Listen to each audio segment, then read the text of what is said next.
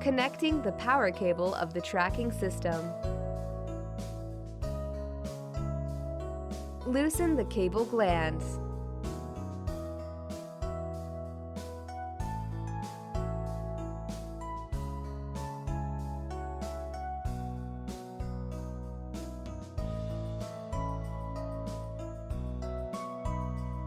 Route the cable through the cable gland. Remove the protective cover from the wiring terminal.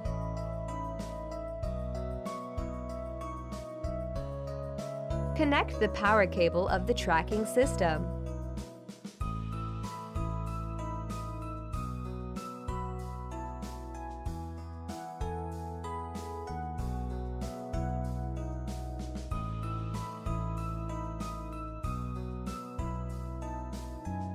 Tighten the cable gland.